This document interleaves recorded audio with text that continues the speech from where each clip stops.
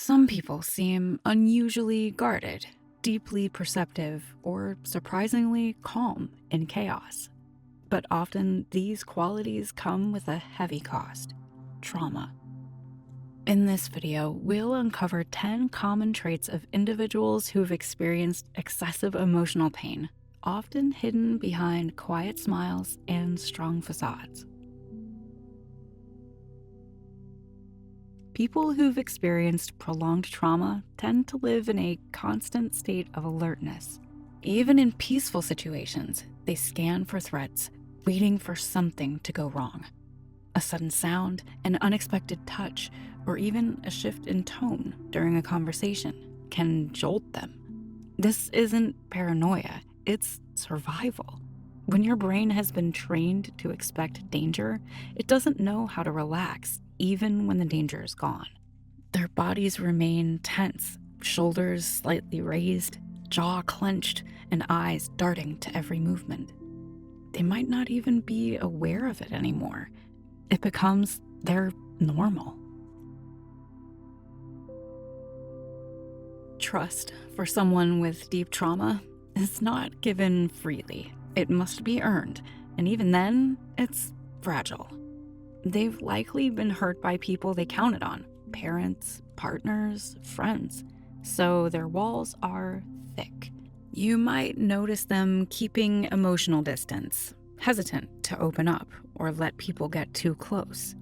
They're not being cold, they're protecting themselves from further betrayal. It's easier to rely on themselves than to take a risk depending on someone else again. If they begin to trust you, understand it's a significant gesture. It means you've passed through their careful scrutiny.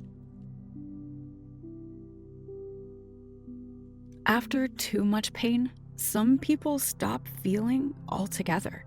It's like their heart decides, if I don't feel anything, I can't be hurt again.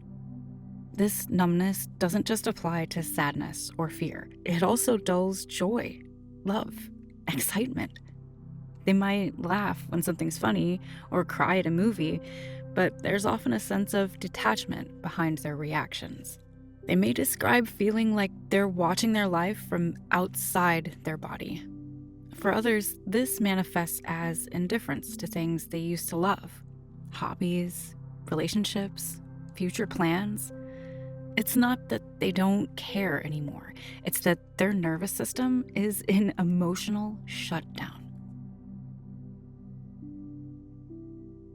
A seemingly small disagreement can result in a full-blown emotional breakdown.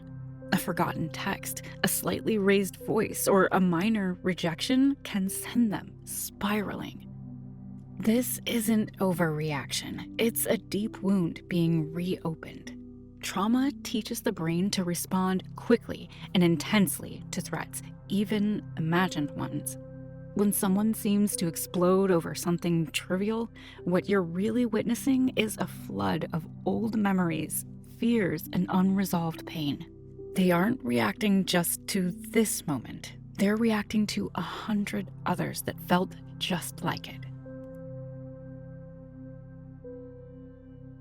Many trauma survivors have learned that peace depends on keeping others happy. They read the room like a radar system, adjusting their behavior to avoid conflict. They say sorry constantly, even when they've done nothing wrong, because apologizing is their default defense. In childhood, they might have been punished for expressing needs or emotions, so as adults, they shrink themselves to avoid confrontation. This trait is often praised as politeness or humility, but beneath it lies fear. Fear of rejection, abandonment, or punishment. They'd rather disappear than risk making someone angry. Even in healthy relationships, people with trauma often worry they'll be left out. If someone doesn't reply quickly, they assume the worst. If they make a mistake, they brace for abandonment. This fear doesn't come from insecurity. It's learned. They may have been abandoned emotionally or physically in the past, and now every relationship feels like a ticking clock. They sometimes push others away before they can be left behind. It's painful and confusing. They crave connection, but fear it at the same time.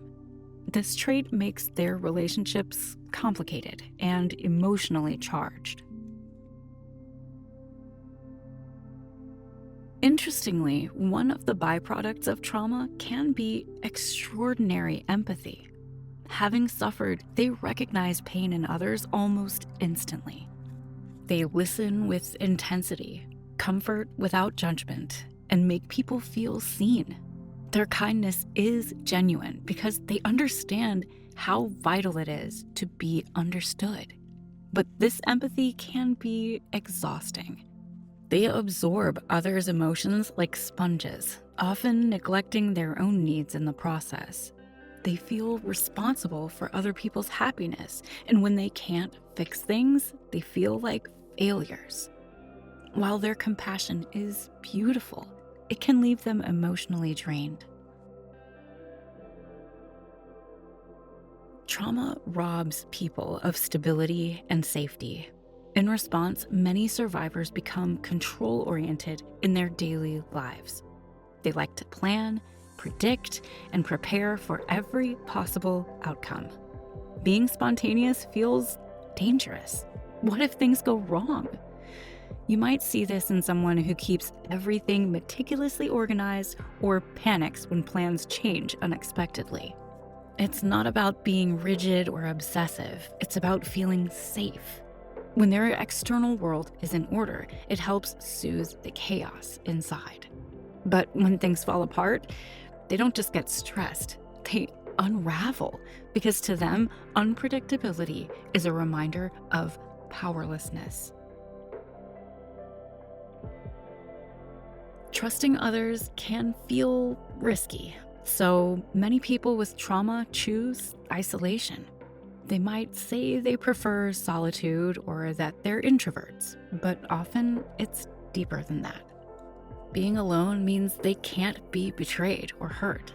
They've become fiercely self-sufficient, not because they want to, but because they've had to be.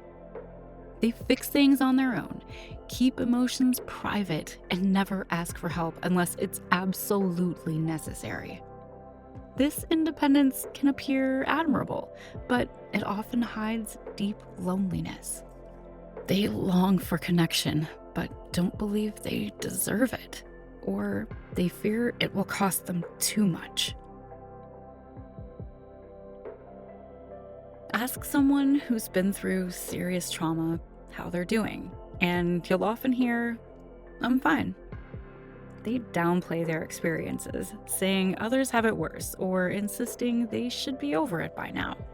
This isn't humility, it's survival. In a world that may have dismissed their pain or told them to toughen up, minimizing became a strategy. If they appear unaffected, maybe they'll be safe. But this habit silences their healing. When they dismiss their suffering, they deny themselves the care they need. They become invisible, even to themselves. If you recognize yourself in these traits, know this: you are not broken. Everything you feel is a response to something real and painful. These behaviors were developed to protect you in a world that hurt you.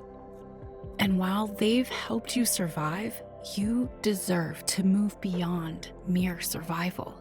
You deserve safety, connection, and healing. It starts with acknowledging your pain and permitting yourself to feel it fully without judgment. Our channel is a judgment-free zone, so make sure to subscribe. And remember, if you're still here, that's not a small thing. Stay strong.